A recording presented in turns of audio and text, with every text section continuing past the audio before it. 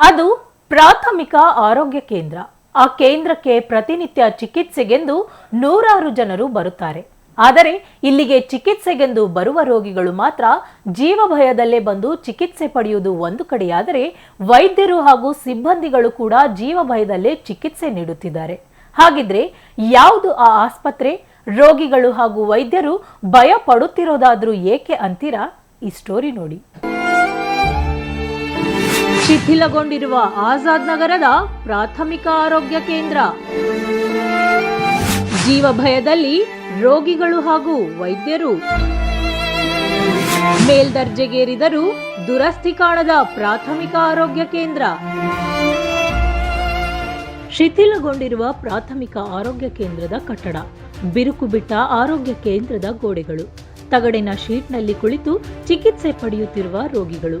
ಈ ದೃಶ್ಯ ಕಂಡು ಬಂದಿದ್ದು ಸ್ಮಾರ್ಟ್ ಸಿಟಿ ದಾವಣಗೆರೆಯ ಪ್ರಾಥಮಿಕ ಆರೋಗ್ಯ ಕೇಂದ್ರದಲ್ಲಿ. ಹೌದು, 1972ರಲ್ಲಿ ಪ್ರಾಥಮಿಕ ಆರೋಗ್ಯ ಕೇಂದ್ರದ ಕಟ್ಟಡ ನಿರ್ಮಾಣ ಮಾಡಲಾಗಿದ್ದು, ಇದೀಗ ಕಟ್ಟಡ ಸಂಪೂರ್ಣವಾಗಿ ಶಿಥಿಲಗೊಂಡಿದೆ.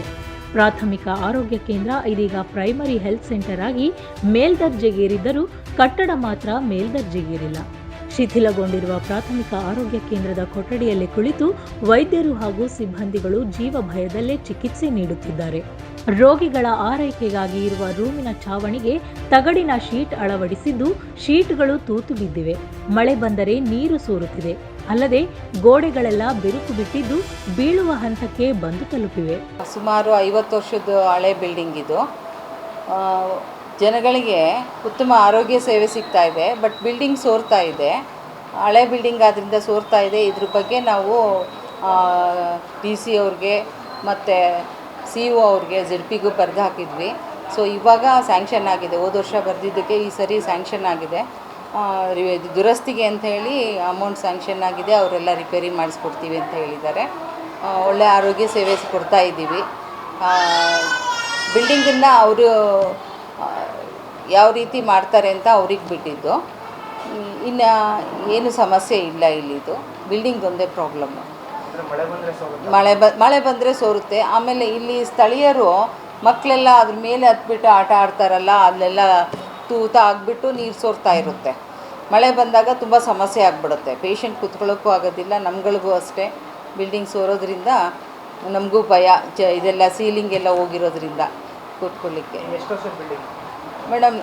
ಸರ್, ಇದು ಸುಮಾರು 1973ನಲ್ಲಿ ಉದ್ಘಾಟನೆ ಆಗಿರೋದು. ಇದು ಪ್ರಾಥಮಿಕ ಆರೋಗ್ಯ ಕೇಂದ್ರದಲ್ಲಿ ಒಬ್ಬರು ವೈದ್ಯಾಧಿಕಾರಿ, ಒಬ್ಬರು ಸ್ಟಾಫ್ ನರ್ಸ್, 6 PHCO, 2 HIO, ಒಬ್ಬರು ಲ್ಯಾಬ್ ಟೆಕ್ನಿಷಿಯನ್, ಒಬ್ಬರು ಫಾರ್ಮಸಿಸ್ಟ್ ಹಾಗೂ 2 D ಗ್ರೂಪ್ ಸೇರಿ ಒಟ್ಟು 16 ಹುದ್ದೆಗಳಿವೆ. 4 ಜನ ಕಾಯಂ ಬಿಟ್ಟರೆ ಉಳಿದವರೆಲ್ಲ ಹೊರಗುತ್ತಿಗೆ ಆಧಾರದ ಮೇಲೆ ಕೆಲಸ ಮಾಡುತ್ತಿದ್ದಾರೆ. ಆರೋಗ್ಯ ಕೇಂದ್ರದ ವ್ಯಾಪ್ತಿಯಲ್ಲಿ 48,000 ಜನಸಂಖ್ಯೆ ಇದ್ದು, ಪ್ರತಿನಿತ್ಯ ನೂರಾರು ಜನರು ಚಿಕಿತ್ಸೆಗೆಂದು ಆಸ್ಪತ್ರೆಗೆ ಬರುತ್ತಾರೆ. ಆದರೆ ಇಲ್ಲಿಗೆ ಬರುವ ರೋಗಿಗಳು ಜೀವ ಭಯದಲ್ಲೇ ಚಿಕಿತ್ಸೆ ಪಡೆಯಬೇಕಾಗಿದ್ದು, ಸಂಬಂಧಪಟ್ಟ ಇಲಾಖೆ ಅಧಿಕಾರಿಗಳು ಎಚ್ಚೆತ್ತುಕೊಂಡು ನೂತನ ಕಟ್ಟಡ ನಿರ್ಮಾಣ ಮಾಡಿಸುವಂತೆ ಸ್ಥಳೀಯರು ಮನವಿ ಮಾಡಿದ್ದಾರೆ.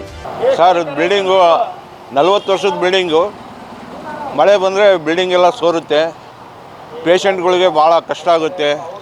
ಆ ಪೇಷಂಟ್ ಜೊತೆಗೆ ಬರೋರಿಗೂ ಭಾಳ ಕಷ್ಟ ಆಗುತ್ತೆ.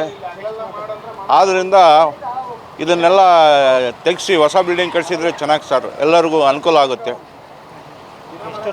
ಇದು 40 ವರ್ಷದ ಬಿಲ್ಡಿಂಗ್ ಸರ್. ಇದು 45 ವರ್ಷ ಹಳೆ ಬಿಲ್ಡಿಂಗ್ ಎಲ್ಲ ಸೋರುತ್ತೆ.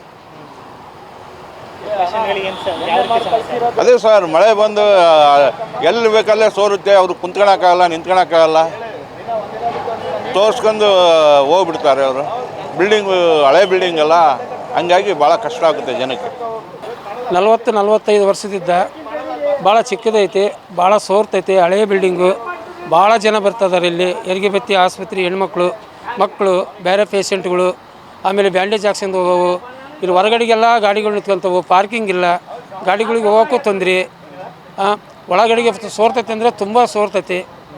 ಆದಷ್ಟು ಒಳ್ಳೆಯದಾದರೆ ಬಿಲ್ಡಿಂಗು 4 ಜನಕ್ಕೂ ಒಳ್ಳೆಯದಾಗ್ತದೆ ಸರ್. ಇದು ಒಟ್ಟಿನಲ್ಲಿ ಆಜಾದ್ ನಗರ ಪ್ರಾಥಮಿಕ ಆರೋಗ್ಯ ಕೇಂದ್ರಕ್ಕೆ ಬರುವ ರೋಗಿಗಳು ಹಾಗೂ ವೈದ್ಯರು ಪ್ರತಿನಿತ್ಯ ಜೀವ ಭಯದಲ್ಲೇ ಕಾಲ ಕಳೆಯಬೇಕಾಗಿದ್ದು, ಇನ್ನಾದರೂ ಸಂಬಂಧಪಟ್ಟ ಇಲಾಖೆ ಅಧಿಕಾರಿಗಳು ಎಚ್ಚೆತ್ತುಕೊಂಡು ಕಟ್ಟಡ ದುರಸ್ತಿ ಕೈಗೊಳ್ಳುತ್ತಾರೋ ಇಲ್ಲವೋ ಎಂಬುದನ್ನು ಕಾದು ನೋಡಬೇಕಿದೆ.